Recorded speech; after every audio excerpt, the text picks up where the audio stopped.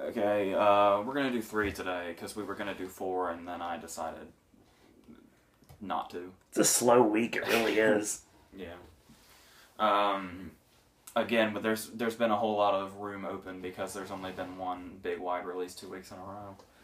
So, we're gonna go ahead and start with Hot Pursuit, which is not to be confused with the John Cusack movie from 1984.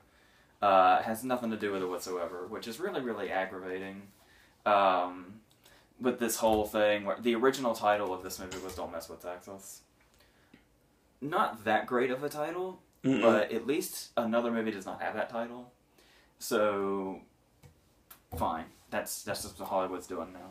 So, I had to talk about the William H. Macy movie when we talked about Focus a couple of months ago.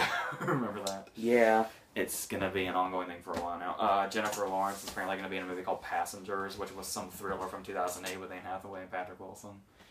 It's going to be annoying, but whatever. We'll get used to it. I've just seen too many movies. Maybe it's my problem. So, I don't think does anybody know of that Anne Hathaway movie that I just mentioned? No? Okay. So, Hot Pursuit is basically, when I first heard, I didn't know much about it, but when I first heard the concept, basically the first thing that came to mind was The Heat, obviously. Only with more appealing actresses in it. And when I say more appealing actresses, I mean actresses more appealing than Melissa McCarthy. So, I was concerned, and I guess over the past couple of days, some not so good reviews have been coming out for it. So, I was getting concerned, because I actually wanted to, generally I'm trying my best to give a movie the benefit of the doubt before I go in.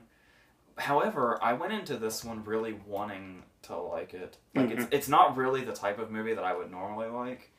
But then again, those movies that I don't particularly like don't star Reese Witherspoon and Sofia Vergara. Obviously, Reese Witherspoon's one of my favorite people ever. And I don't know how many times I've talked about this, but I know Sofia Vergara can get a lot of hate. I know a lot of people think she's annoying and her voice is really irritating.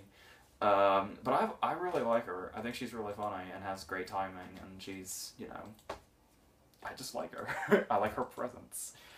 If that's what you want to call it. That's a way around it, yeah. But no, there's plenty of things I like about her. So, in my mind, I was thinking, even if this movie is bad, it's going to be, because it starred the two of them, it was going to be a hard movie for me to hate. Mm-hmm. Like, that was just kind of a given to me. Now, there are movies that exist where I say, with those people in it, it would be hard to hate, and I do hate it a lot. Yep. But thankfully, this movie won me over after a while. Not like, completely, because it is kind of it is a dumb movie overall. Yeah. But it's a really good guilty pleasure movie, this is. I agree with that. Like, I could see myself watching this, like, on movie channels when it's on. And it's, do I need to do a synopsis real quick? Just tell them a little bit. So Reese Witherspoon grew up, there's an actual montage, the very opening scene, where she, like, literally grows up in the back of her dad's police car. And she watches him, and one of the girls, I think when she got older, I thought, wow, that really looks a lot like her. And there's a girl credited that has her last name. Is that a daughter or some relative of sorts? Back up. Abigail James. Is that a daughter? Yes. Oh, she's the small one. Okay, yes, then she's definitely.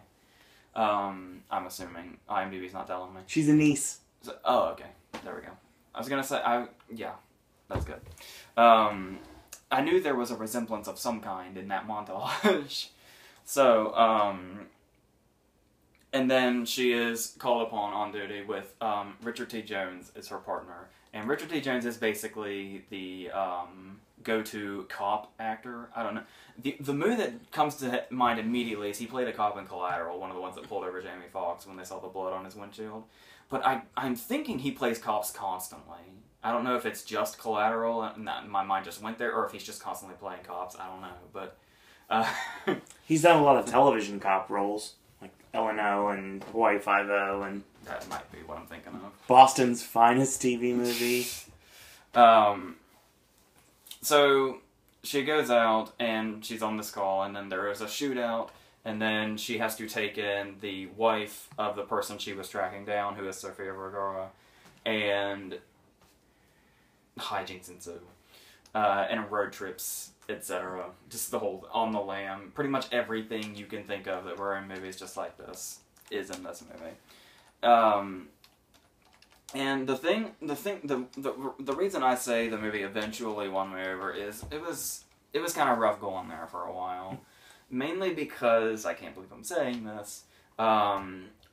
Witherspoon's character is a little hard to get used to at first, because she's supposed to be. I mean, I get what the character's going for, but the character's kind of annoying for a while there. Like the problem I was having was obviously, if a character has to be annoying so they can eventually grow into somebody who's kind of not, that's a general character thing. But the issue is, you still gotta kind of make her likable if you're gonna make her annoying, so that she can, easily win you over.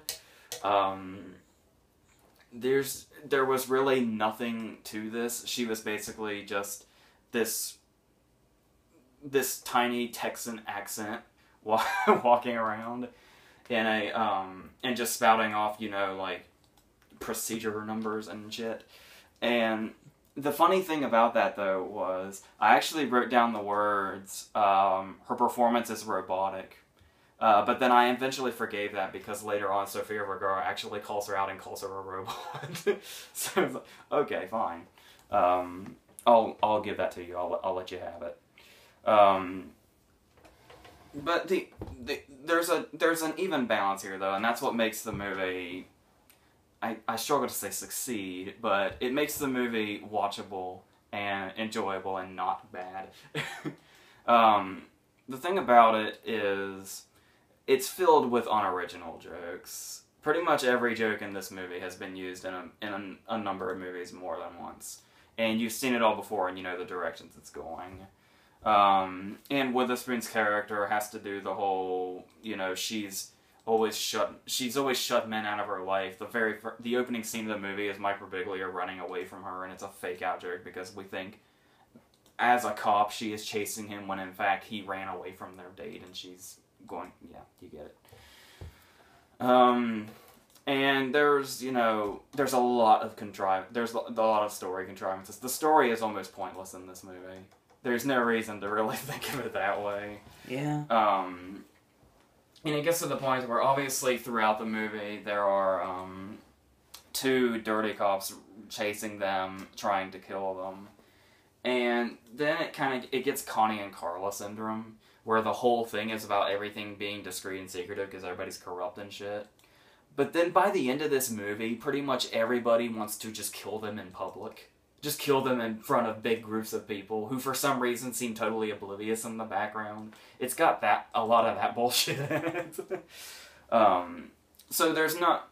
I think that's the issue a lot of people are going to have with this, is it's the absolute farthest thing from a smart comedy. It's not that kind of movie. No. But the reason I'm able to forgive a lot of that is because it's actually funny. Yeah. I mean, I can understand, critics and shit watching it and just thinking it's not funny, on top of all the other stuff I mentioned. But I thought it was funny, a lot of it. Yeah, it was definitely funny. Like, the chemistry between them is really great. And there's actually a gag reel during the credits that shows you, like, you could tell that they had, like, a chemistry going on, on and off camera, and it managed to shine through in the movie, which is nice. And like I said, even though there's a lot of unoriginal jokes that are kind of recycled, this is one of those movies where they've been on a long road trip and one of them starts singing in the car to the annoyance of the other one. I know, I shat hard on Identity Thief for doing that. That's because that movie wasn't fucking funny That at movie all. sucked in every way possible, except for Jason Bateman. So, no, nothing was saving that movie. Jason Bateman can save things. So, but, you know, there are scenes that are totally played out. Yes, there is a scene where there is a whole bunch of coke in the trunk of their car, and their car gets hit by a giant truck, and the coke lands on Witherspoon, and she becomes coked out. And there's just something really funny about that. It's really, her delivery's great too. Yeah, and it's nice and gradual too. Like, I was like, okay, I know where this joke is going. And she seemed fine, but then as the scene started going, she started getting faster and faster. And then the scene cut and they were in the store and she's getting worse. Like I said, I totally understand if somebody watches this movie and thinks it's a piece of shit, but the comedy scenes really work for me. Most of them. Some of them don't, of course, obviously, but a lot of them do. A lot to make it, you know, I would recommend it to people, even though I'd give them the disclaimer, you know, like, you know, I can totally understand if people don't like this movie, but, you know, it's definitely a guilty pleasure movie for sure. And, you know, they could do kind of throw in this contrived love story that takes, like, Witherspoon and the guy have known each other for maybe 10 minutes if the movie were in real time. And, you know, things are clicking instantly. And it does that bullshit, obviously, but, you know, it's a quick hour-and-a-half movie, and I guess if you want to do that, you don't have to... I know, there's so many things in this movie I'm cutting a break with that I would just destroy other movies for doing. I know. And you have. I know it's unfair, but there's something about this movie that I really like, and I think it mainly has to do with Reese Witherspoon and Sofia Vergara and how well they do. Sofia Vergara is so goddamn funny in this. Yeah. I'm not even really a big fan, but I did enjoy that movie. I like the running joke where every time the police report on them, Reese gets smaller and Sofia Vergara gets older. Because I never really realized Witherspoon was that short, but the movie keeps joking about it. And there's a lot of jokes about how people don't understand Sofia Vergara when she talks. It's all obvious, and you know exactly where everything's going. But there's just something I really like about the movie. The movie works. So... And it probably shouldn't, but it does. So, yeah. There's really not a lot else to say about it. There's a word that I wrote here. Oh, that's the word where I bought. I told you I wrote it down somewhere. I just couldn't read it. You write in the dark. What do you expect? Yeah, it got really dark in there. It's not normally that dark in there. So, talking about the lighting in the theater means that we have stretched this out as much as we can. So, so yeah, I get it. I totally get that critics are going to rip it apart, and I can see why. But I like it. It's fun and it's funny, and those two work really, really well together. And yeah, the crowd in this town, I'm sure, going to eat it up with a spoon. Yeah, probably. I don't know how well it's going to do box office wise. I think it's not expected to do that well. But, because everybody spent on their money on the Avengers last week. And they gotta save their money for next week, and the week after, and then the week after. Okay, our second movie, my notes are out of order here, sorry. We're actually gonna get, the second movie we're gonna talk about is, Barely Lethal. Which is actually a movie I just learned about relatively recently through somebody. And it's basically, there's actually a very easy way to describe this movie if you saw Kick-Ass 2. You remember the segment right in the middle of Kick-Ass 2 where obviously Hit Girl is, you know, this trained assassin who's been that way her whole childhood. But then finally something snaps inside her and she realizes that she just wants to be a normal teenager and go to school and hang out with the popular girls and do all that and do all of the girly things. That segment of Kick-Ass 2 has been stretched to feature length and is this movie. Haley Steinfeld is our assassin, and there's a humorous little animated opening credit sequence that shows us like literally a baby who is trained to be an assassin as soon as it's born, and it's this all girls school of murder, I guess, that's run by Samuel L. Jackson. So not quite all girls, but... So it's the reverse of what he did in Kingsman. Yes, because I was sitting there because I saw his name on the poster and I was like, is he at it again? I hope Richard so. Valentine back? I hope so. But no, he is the trainer of them, of course. And she does the whole thing where she goes and she basically finds the how-to guide. She watches Mean Girls and Clueless and 90210 and Bring It On. And it's like a montage, and she's like weeping at the end of Bring It On. That's awesome. And after that, she realizes that this whole growing up as an assassin thing is not really for her. So a mission with Jessica Alba goes awry, and she takes this opportunity to fake her death and disappear. And then finds Rachel Harris, who is a foster mother, and she goes into her home with her kids, and goes to school, and obviously things will collide. You get it. It's a charming little concept, even if, like I said, it's that plot in Kick-Ass 2 to stretch the feature length. That's exactly what it is. Only this is only PG-13. So, it's a nice little concept, and it's gone okay for a while. But once it gets there, it kind of shoots itself in the foot there for a while, because there's a lot of things you can do with this. I mean, even if, it's a lot of the setups are going to be obvious, of course. I think the main issue here I had was there is a scene that happens relatively early that kind of sets itself up like it's going to be something totally different, but then it just ends up being like a false promise. Because for one scene, it turns what you think is going to happen on its head, where she's at school the first day. She's told everybody she's from Canada. That is a funny scene where the principal, whoever he was announcing. I guess at this school, when you're a new student, they bring you out on a stage and give you a whole ceremony, which is weird. That would be awesome. And so they say that she's a foreign exchange student, and when he's really excited about that, so he says, "A foreign exchange student from the exotic land of," and he looks at the card and says, "Really, people? Canada?" And then just nonchalantly introduces her. Anyway, when she gets to school, she goes into the cafeteria, and there's this moment where this, obviously I can't necessarily say attractive, because we're talking like 10th grade or something, or however old Haley Steinfeld and her crew are. But I think she's older than I'm thinking she is. But anyway, this girl, who looks like a Heather type, walks up to her and proposes that she sit at their table. And they all kind of look like her, and they're all waving.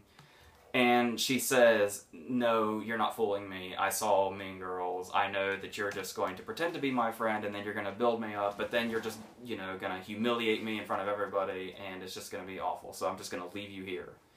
And the girl gets really sad, and it's like the girl actually just wanted to be her friend.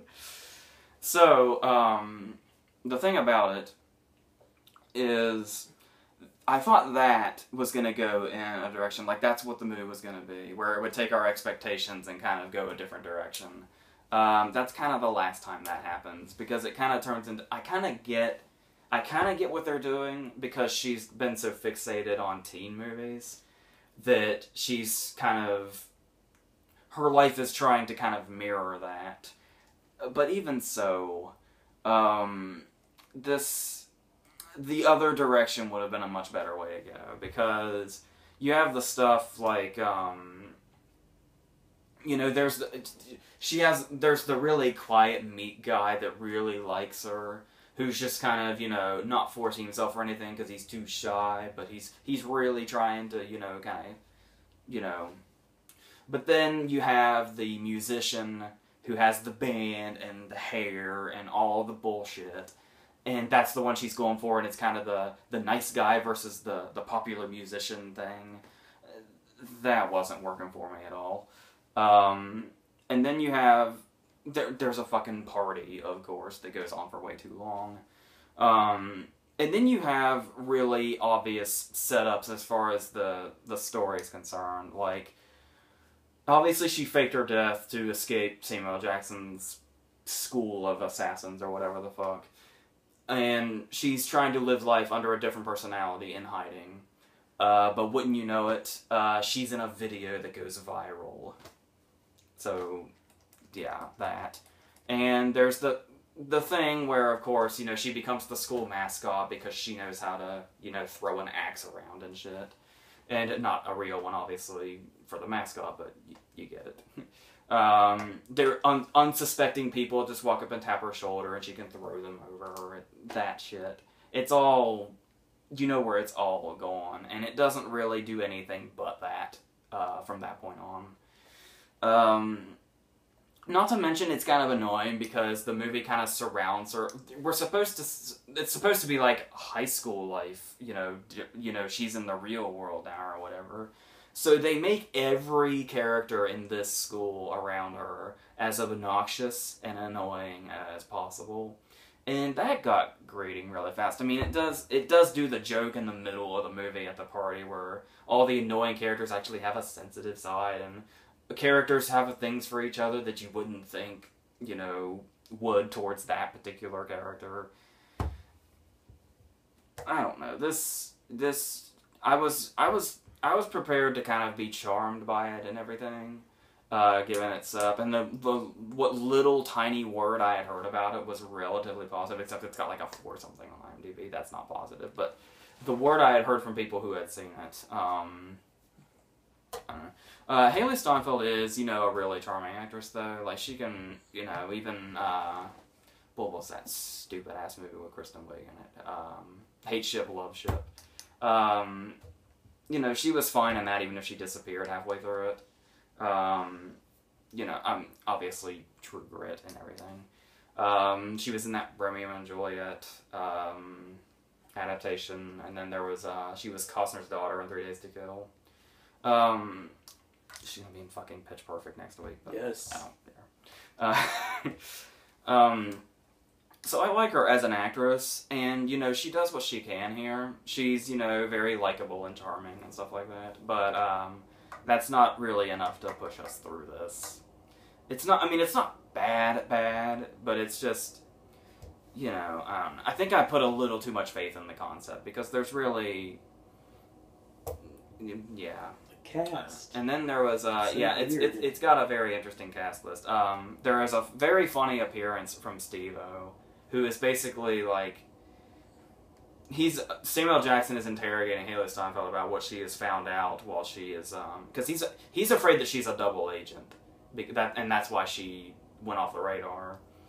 And she's basically trying to explain him, and he's basically Samuel Jackson's sidekick that's there to kind of help with this, but he's actually taking her side.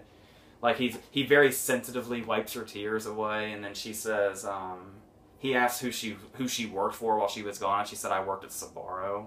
And he thought that was like some big crime lord, and he had to say, no, that's like the best pizza on earth. That scene was kind of funny. You know, that kind of stupid shit is basically as good as you're gonna get as far as jokes in this movie. There is a really, I mentioned earlier it's PG-13, there is a really great F-bomb in it. Which is always good for a PG-13 movie. You want to place that one that you get just in the right place. Obviously the limit's 3, but most people just use the 1. That's really well placed. I thought that was a really funny scene, but for the most part, this movie wasn't working for me, and it doesn't really do, I don't know, it just wasn't doing it for me. That had, what are you looking at? Rob Hubel. It's me we're talking about here. Rob Hubel is the kid. The meek love interest it's his dad, and he has a couple funny scenes because you can kind of tell it's like he's just improvising. Yeah. But that's pretty much the extent of him. I don't think we see him outside of a car once. It's always him driving the kid to school and picking him up. Dan Fogler. Dan Fogler is the teacher, who has a weird obsession with the musician kid for some reason. I don't know what that was, but his name is Mr. Drum. Yeah, that's just what it is. The other one I'm going to throw at you, obviously, somebody you don't know, but I know very well, and that's Dove Cameron. Yeah, she's the foster sister or whatever. Yeah. So she's one of the annoying characters.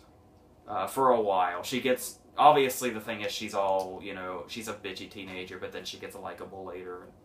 It doesn't matter. So that's really all that is. I'm probably gonna forget this movie soon. You probably already have. Yeah, well, this kind of gives me... It's not near as bad as this. Because the movie I'm about to mention is one of the worst movies ever made. And here I go, I'm mentioning it right now. I was getting some Debs vibes. Ooh. And I hate that movie so much. I like Christina Milian, though. There's nothing there. But no, it's not like Debs at all. I just got that... I mean, it is kind of... But I just kind of got that vibe from it. It's not Debs bad by any means. By no means whatsoever. Okay.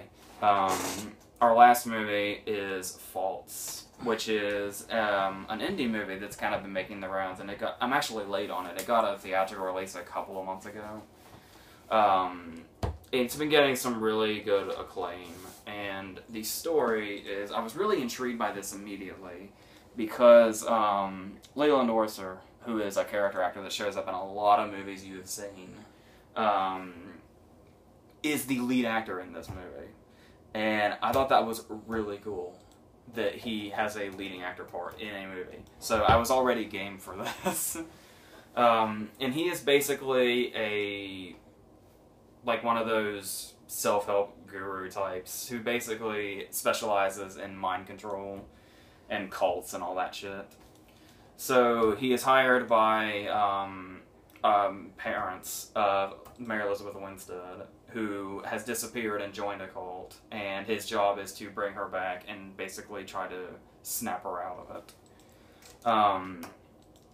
And what's very interesting about this movie is when I heard about that, I heard it's kind of like, I was under the impression it was something relatively dark, and with the whole cult thing, the first movie that jumped in my head immediately was The Sacrament. I was expecting something like that, which is not really at all. So, we have, the thing about this, another weird thing about this was, I was expecting something like The Sacrament, which I can tell you it's not. Not really extreme, in an extreme way, it's not like totally unlike it. But I was a bit thrown off, tone-wise, because the opening scene of this movie, is a comedy scene. It starts off in a very funny way. With him, to make a long story short, he's basically under the impression that he has been vouched a meal this morning. But it's actually one that he used last night. And he was under the impression he could use it over and over again. And he ends up making a scene.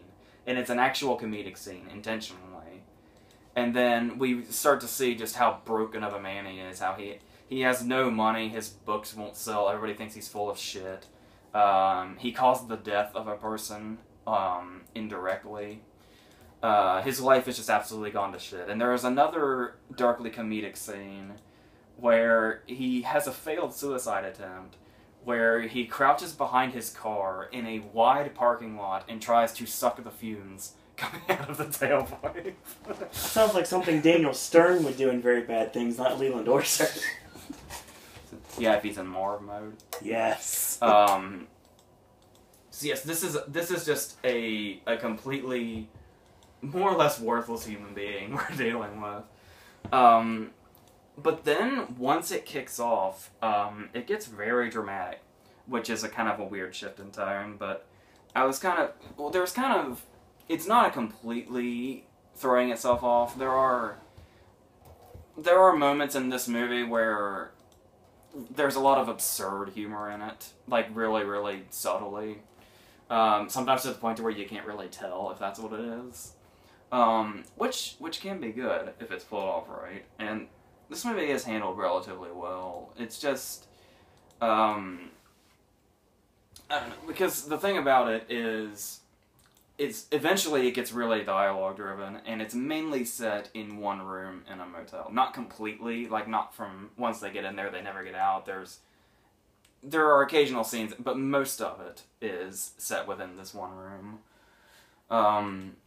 With her and him in one room and her parents in the other next door, the joining room.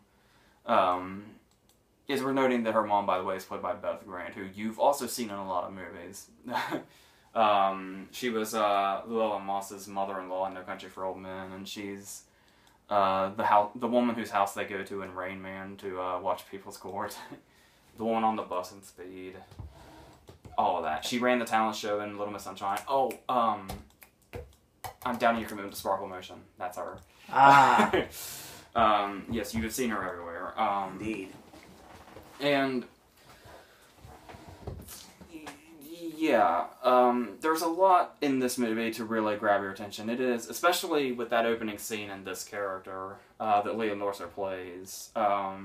This opening scene does grab you immediately. It makes you want to know like who this character is, and you kind of want to follow him to see what in God's name it is that he does. And it's a movie that relies a lot on ambiguity, which can be good, but sometimes can be maybe not so much. And like that, sometimes it works and sometimes it doesn't. But for the most part, it's alright. It's a lot more interesting in its first two parts, but kind of somewhere there in the middle, the interest starts to wane a little bit. But it's still, and they try. I'm not saying that much really. There is a twist, but it's very, very last minute and not even really something that needed to happen, but it's fine for a while there. It's fine a lot more than when it's not really, and even then it's never bad or anything. It just kind of, it's interesting for a while, and then sometimes it's just not. Unless you're really, really, really into completely dialogue-driven movies, which generally I am. It's just that this one, sometimes it's there and sometimes it's not, but for the most part it is. Is this review making any sense to you? And I was talking about moments where the ambiguity does work. There's one scene in this movie in particular where it's kind of getting close to the end, and this scene happens, and it's a really disturbing looking scene, and the way it's shot is really interesting, and it's one of those scenes where it's never quite confirmed if it really happened, and you don't really know if maybe it was him dreaming or just having some weird vision, or maybe it's something he did actually see. And it's interesting to kind of see the movie in that way after that scene has happened. And you don't really, it's not really one of those movies where it gets to a point where everything makes it like, is this real or is this not real? It's just that one scene. But it does work. It does work well in that sense. It's just, you may lose interest, and the tone kind of abandons itself after a while. Like, even that, subtly absurd humor eventually just kind of vanishes, and it just goes kind of into straight drama, and it's a weird way to tell this story, but for the most part, it works fine. And as you can probably guess, Arthur is really, really great in this. And like I said, it's just amazing to me to see him in a leading role. And Mary Elizabeth Winstead is getting a lot of acclaim for this too, which is not unfounded. Because she's that constant, you don't know how much of her is there, or how much is, how much her brain's actually working, or whether she's just totally and completely out of it. And there's a lot of that ambiguity comes from her character specifically. And she does sell that really well, but yeah, I just kind of wish that it had kind of stayed on the path it was on, but it's still fine. So it's getting a lot more acclaim. Like it's a lot more well liked by other people than it is by me, but it's still fine. I can see what people see in it. Alright, I think we're done here. Alright, that's what we've got. We have 3 movies, so 3 sets of star amounts. Hot Pursuit. 2.5. It's fine. Barely Lethal. That's 2. Faults. 2.5. I think another problem with Faults really is just how it's not. I mean, it really feels like it should, but I don't think it's gonna have a lot of like staying power. I don't think it's a movie that I'm gonna really remember in the coming month or so. But yeah, when when you're watching it, it's fine. Okay, so ends another edition of AJ's Movie Reviews. Later tonight, 11 p.m., if you want to join Ashley and myself live in the chat room on our Google Hangout, we are going to be talking Impact Wrestling, and that video will be up the archive on Saturday. Brand new verses on Sunday. Your cryptic comment is Crime Boss, and Gaming with Ash is actually going to kick off the week on Monday. We're going to talk Raw on Tuesday, and Wednesday will be NXT. Thursday, brand new Sip and Snack, talking about Goldfish. And Friday, AJ's Movie Reviews returns, Mad Max Fury Road and Pitch Perfect 2, with potentially maybe something else as well. Don't know yet. Probably. We'll see. Gaming with Ash returns to its normal day and time on Saturday. And I don't have a cryptic comment for next week's Versus, because we need to talk about that. We'll figure it out. So, that being said, thank you guys and girls out there for watching. And AJ, any parting words?